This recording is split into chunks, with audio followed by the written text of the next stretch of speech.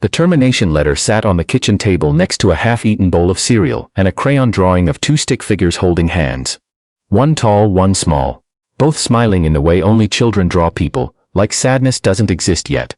Laurel Briggs read the letter 3 times. Not because she didn't understand it the first time. She understood it perfectly. She read it 3 times because she kept hoping the words would rearrange themselves into something else. Effective immediately. 2 words. After 9 years of showing up early, staying late, covering shifts nobody else wanted, filing reports with her eyes half closed at midnight. 2 words were all she got. Outside, the October sky over Winnipeg had turned the color of ash. The heating unit in the apartment had been making a sound like a cough for the past week, and Laurel had been ignoring it the way she ignored most expensive problems. With the quiet desperation of someone who has learned that worrying about things you can't fix only makes the cold feel colder. Her son, Theo, she caught herself, not Theo. That name had just surfaced in her mind and she'd nearly spoken it aloud. Her son's name was Callum. No. She stopped again, pressing her fingers to her temple. The names kept slipping. She was more exhausted than she realized. Her son's name was Finn. Finn Briggs, 7 years old. Gap between his front teeth, obsessed with hockey cards he couldn't afford, and library books he carried everywhere in a backpack 2 sizes too big for him. Finn, who had woken up that morning and asked her why her eyes looked tired. And she had said, "Because I was up late thinking about how lucky I am." And he had believed her completely, the way 7-year-olds believe everything their mothers say, and that belief had felt like a gift and a knife at the same time. Laurel set the letter down and pressed her palm flat against it, like she was holding it still. 9 years at Northgate Care Center. 9 years as a personal support worker. Bathing elderly residents who called her by the wrong name. Holding hands through the night with people whose families had stopped coming. Staying an extra hour without pay, because Dorothy in room 14 was frightened, and nobody else was there. 9 years of doing the invisible work that kept the place running. The work that showed up in no metrics and won no awards. And paid just enough to keep a 1-bedroom apartment in a part of the city that had more payday loan shops than grocery stores. And now this. The official reason on the letter was restructuring. A corporate word that meant nothing and explained everything. Northgate had been bought out by a larger healthcare management company 6 months ago. Laurel had heard the rumors. Everyone had. She'd told herself it would be fine. She told herself that a lot. It was not fine. She folded the letter once, then again, then slid it under the cereal bowl like hiding it would help. Through the thin wall of the apartment, she could hear Finn in his room, moving his hockey cards around, narrating something under his breath in a quiet, serious voice. She had until the end of the month, before the first missed rent payment, would turn into a conversation she didn't know how to have. The employment center on Portage Avenue smelled like burnt coffee and fluorescent light. Laurel sat across from a caseworker named Beverly, who had kind eyes and a stack of papers that suggested she had seen too many people sitting in that same chair to be surprised by any of them. 9 years is a long time, Beverly said. In healthcare, especially. You'll have strong references. I had strong references last time too, Laurel said. It still took 4 months. Beverly nodded without disagreeing, which was the honest response. The problem wasn't Laurel's skills. The problem was the hours. Every healthcare position that paid a livable wage came with rotating shifts. Evenings, overnights, weekends. Finn's school ended at 3:15. Aftercare cost money Laurel didn't have. Her mother was in Thunder Bay. Finn's father had been gone since Finn was 2, reliably unreliable. The kind of absent that doesn't even bother being dramatic about itself. The math never worked out. It hadn't worked out for 3 years. Laurel had been patching the gap with overtime at Northgate, showing up when others called in sick, taking every extra hour offered. Now there were no extra hours. Now there was no anything. She filled out the forms. She took the pamphlets. She thanked Beverly, who told her to call any time, and walked back out into the October cold with her coat buttoned wrong, and didn't notice until she was standing at the bus stop. That evening, Finn ate his macaroni and told her about a hockey card he'd seen at school. A Connor McDavid rookie card that a boy named Mason had brought in, and how it was the most impressive thing Finn had ever witnessed in his entire life. And Laurel listened to every word and smiled at every pause and thought about the $63 left in her bank account. Mom, Finn said, wiping his mouth with his sleeve in the way she had corrected 11,000 times. Are you listening? Every word, she said. He looked at her for a moment with an expression too old for his face. 7-year-olds are not supposed to look at their mothers that way. That look belongs to people who have learned that sometimes the people who love you are drowning quietly, and they do not want to make a fuss about it. "You look tired," he said. "I'm okay, Bug, you always say that." She opened her mouth to say it again. Stopped. "I know," she said instead. "I'm working on saying something different." He seemed to accept this. He went back to his macaroni.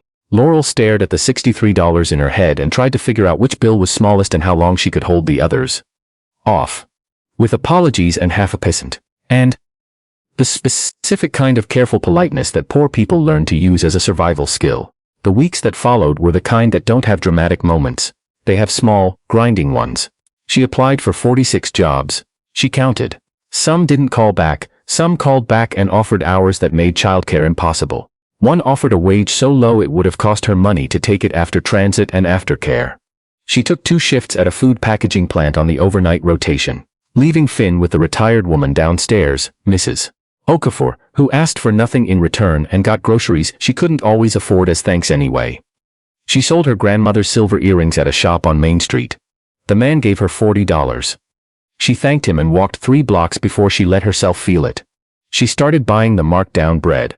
She stopped buying coffee. She wore her winter coat to bed some nights because turning the heat up past 16 cost more than she could justify. Finn noticed the bread. "This kind is better anyway," he told her seriously. Because he was 7 and he loved her, and he had somehow decided that his job was to make everything okay. That killed her more than the earrings. One Tuesday afternoon, picking Finn up from school, she passed a notice taped to the community board outside the front doors. The Winnipeg Children's Foundation was holding a family photo day in the gym. A local photographer volunteering their time. Free photos for families who registered. Someone had written "Come as you are" at the bottom in marker. Laurel almost walked past it. She stopped. Looked at it for a long moment. She could not remember the last photograph she and Finn had taken together. There were school photos, the kind with the blurred blue background and the forced smiles. But not a real one. Not one where they looked like themselves. She took a photo of the notice with her phone and registered that night. The photo day was on a Saturday. The gym smelled like floor polish, and someone had strung up warm lights along the bleachers that made everything look softer than it was. Families moved through in small clusters. Tired-looking parents, trying to get children to stand still, grandparents in their good sweaters. Babies who did not understand the assignment. The photographer's name was printed on a small sign near the backdrop. Marlowe & Co. Donating today's session to the Winnipeg Children's Foundation. Laurel didn't know much about Marlowe & Co. She had walked past their studio on Corydon Avenue a few times. The kind of place with a clean white sign and an aesthetic that suggested their client list had a different income bracket than hers. She and Finn stood in the short queue. Finn was wearing his good plaid shirt and had combed his hair into something that fell apart by the time they reached the front, and Laurel had fixed it twice and given up and decided that the half-undone look was actually more him. Which was true. The photographer who came to meet them was not who Laurel expected. She had imagined an assistant, someone low on the studio totem pole, sent to fulfill the charitable obligation. Instead, the woman who crouched down to say hello to Finn was clearly in charge of everything. The way she moved through the space. The way the other volunteers looked at her when she passed. She was somewhere in her mid-40s, efficient and unhurried at the same time, with silver-streaked hair pulled back, and paint-stained sneakers that contradicted the rest of her put-together presence. "I'm Marlowe," she said, shaking Finn's hand with the seriousness his own handshake deserved. "And you are?" "Finn," he said. "I like your camera." "It likes you back," she said. "I can already tell." She stood and extended her hand to Laurel. Marlowe Ashby, Laurel Briggs. Something in Marlowe Ashby's face did a small quiet thing at that name. A flicker, so brief Laurel nearly missed it. Then it was gone, and Marlowe was turning toward the backdrop and asking Finn about his favorite place in the world. And Finn was saying, very seriously, "The library on McPhillips. They have a fish tank." The session lasted 12 minutes. Marlowe talked to Finn the entire time. About the fish, about hockey cards, about whether he thought the Zamboni driver had the best or the worst job in hockey. They agreed. Best. Obviously. And somewhere in those 12 minutes she took photographs that Laurel couldn't yet see but somehow already knew would look like the way her son actually was. Not the way people were supposed to look in photographs. At the end, Marlowe knelt down to Finn's level again. "You were a natural," she said. "Come find me at the table in 10 minutes and I'll show you." Finn ran off toward the juice box table with the uncomplicated joy of someone who has been told good news. Marlowe stood, and for a moment she and Laurel were simply two people standing next to each other in a lit gymnasium. And something about that moment felt different from the rest of the morning, weighted differently. though Laurel couldn't have said why. "He's wonderful," Marlowe said. "He is," Laurel said. "He's the best thing I've done." Marlowe looked at her for a moment. "Are you doing okay?" It was the kind of direct question that took Laurel off guard, precisely because nobody asked it anymore. Not like that. Not looking at her like they actually wanted to know. "I'm managing," Laurel said, which was the answer she had rehearsed for everything. Marlowe nodded slowly. "I heard your name when you came in," she said. "I wasn't sure if I should say anything. I think I used to know your file." Laurel blinked. "My file?" "I sit on the board of the Northgate Community Trust," Marlowe said quietly. "I saw your case flagged last month after the layoffs." She paused. "I'm sorry, that facility did something they should not have done." The gymnasium felt suddenly very still. "You didn't have to say anything," Laurel said. "No," Marlowe agreed. "But I thought about it for 3 weeks so." She almost smiled. It looked like someone relearning how. "I have a lot of thoughts I've been meaning to act on. I'm trying to be better about the gap between those two things." She asked if she could call. Laurel said yes before she'd thought about it, which was probably the most honest response she'd given anyone in months. The call came 4 days later. Marlowe Ashby, it turned out, was not just a photographer. Marlowe & Co. had started as a one-woman portrait studio 11 years ago, and had grown, in the quiet deliberate way that things built with actual care sometimes grow, into a mid-sized creative agency with 42 employees, and a client list that included most of the respectable institutional names in the city. Marlowe handled the business side now more than the camera work. She had an operations manager, an accounts team, a roster of photographers who did the volume work, while she did the things that mattered most to her personally. What she did not have was a care coordinator for her staff. She had been thinking about creating the position for 2 years. Her agency had grown faster than its infrastructure. She had people working long hours. People managing health benefits they didn't understand. A young staffer who had come back from mat leave and nearly quit because the return-to-work process had been left entirely to chance. Marlowe had been meaning to fix it. She admitted on the phone, better at building things than maintaining them. "What I need," she said, "is someone who is genuinely good at caring for people. Not administratively, actually good at it." Laurel held the phone against her ear and stared at the wall. "That's what you did for 9 years," Marlowe continued. "You built care systems for people who had nothing else. You coordinated, you advocated, you showed up. I read your references, Laurel. Not the official ones. I mean, I actually called the people who wrote them." There was a silence. "I don't have a healthcare background," Laurel said, which was not quite what she meant to say. "I know, this isn't a healthcare role, it's a people role. Those aren't the same thing." Another pause. "I can offer you regular hours, 8:30 to 4:30. There's a modest benefits package. And there's a child care subsidy arrangement we have with a center 2 blocks from here. It was meant for the photography interns, but it applies to any staff member and nobody's used it yet." Laurel sat down on her kitchen floor. She wasn't sure when she'd stopped standing. "Why are you doing this?" she asked. Marlowe was quiet for a moment. "My daughter is 13, she said. "She told me last spring that I was more present in my work than I was with her. She didn't say it to hurt me. She said it the way your son probably looks at you sometimes, like she'd already made peace with it, which was the worst part." Laurel closed her eyes. "I can't undo time," Marlowe said. "But I can choose what I do with what's left. And I'd rather build something that lets people be in 2 places, work and home, without having to choose every single day which one they're failing." Her voice was even, careful. "I want to build that. I'd like your help." The heating unit in the hallway made its coughing sound again. Finn was in his room, moving hockey cards around, narrating the lineup in his quiet, serious voice. Outside, the October sky had finally committed to November. "Okay," Laurel said, "just that, okay." 2 letters for a door that she hadn't known was there until someone who had been on the other side of it decided to open it. Her first week at Marlowe & Co. was not cinematic. There was no triumphant montage. There were onboarding forms, and a broken office printer, and a benefit system that had been set up by someone who had left the company 18 months ago, and taken most of the login credentials with them. But there was also this. A desk with a window that faced the parking lot, and winter light on the first real snow of the year, and Finn's gap-toothed school photo tucked into the corner of her monitor, and the knowledge, steady and new and slightly terrifying, that she would be here at 4:15 to pick him up. There were the co-workers, Dara, who had been there since the beginning and knew where everything was hidden. Tomas, 24, who spoke mostly in memes but had a quiet kindness underneath. The accounting team who had been eating lunch alone at their respective desks for 3 years because no one had ever suggested they didn't have to. Laurel suggested it on her third day.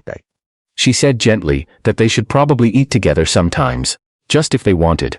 It wasn't a policy or a program. It was just a Tuesday suggestion in a small boardroom with leftover bagels. All 7 of them came. Marlo walked past, saw the room and stood in the doorway for a moment without saying anything. Later she sent a message to Laurel that said simply, "This is what I meant." There was a moment, about 6 weeks in, that Laurel thought about for a long time afterward. She had been sitting with Thomas, who was 24 and not doing well, though he had said nothing to anyone. Laurel had figured it out not from anything dramatic but from small things. The lunch he kept forgetting, the way he answered emails at 2 in the morning, the particular quality of cheerfulness that is actually exhaustion wearing a mask. She asked how he was doing. Not as a greeting. As a question. He looked at her with the same expression Finn had given her that night at the kitchen table. That look that was too old for his face. The look of someone who had stopped expecting anyone to ask. He talked for 40 minutes. About his mother's health, about the debt from his first year of school. About the way he had been quietly convincing himself, for months, that he was fine. Because no one else seemed worried about him, and he had assumed they would know if he wasn't. Laurel didn't fix any of it. She didn't have that kind of power. But she helped him find the counseling benefit buried in his health plan that nobody had told him about. And she sent Beverly's number from the employment center to the resources document she was building. And she followed up the next week and the week after that. It wasn't policy. It was just noticing. Just showing up. She had been doing it for 9 years in a building where it went unrecorded. Here, it went into a framework, slow and imperfect, but real. Something that might outlast her. Finn got his photo. Marlo had printed 3 of them. Large, the kind that require actual frames, and left them in a brown paper envelope at Laurel's desk one morning without a note. Just the photographs. In the best one, Finn was in the middle of saying something, mouth half open, completely unself-conscious. And Laurel was looking at him with an expression she didn't know her face could make. Something past love, past pride. Something that looked like recognition. Like she was seeing him clearly for the first time in a long time and had forgotten, briefly, that any of the rest of it existed. She framed it herself. Hung it in the kitchen, above the table where the termination letter had once sat under a cereal bowl. Finn stood in front of it the first morning and tilted his head. "Is that us?" he said, as though he wasn't quite sure. "That's us." He looked at it a while longer. "We look good," he said. "We do," Laurel said. She handed him his breakfast and watched him climb into his chair and open his library book and eat without looking up, completely absorbed, completely himself, while the winter light came through the kitchen window and made everything ordinary and gold. She had not fixed everything. The rent was still tight. The heating unit still coughed. There were still nights she lay awake, doing arithmetic in her head and came up short. Life doesn't resolve the way stories are supposed to. Clean and final. One door closing, another swinging wide. But there was this morning. This kitchen. This boy with his library book and his marked-down bread and his gap-toothed certainty that the Zamboni driver had the greatest job in hockey. There was a desk with a window, and a benefits document she was building, from scratch, and a room full of accountants who had learned to take lunch together on Tuesdays. There was Marlo, who had seen something worth seeing and decided, after 3 weeks of thinking about it, to say so. Sometimes being found is not a dramatic moment. Sometimes it is a photograph and a phone call, and a question asked like it meant something. Sometimes that is enough to change the shape of everything.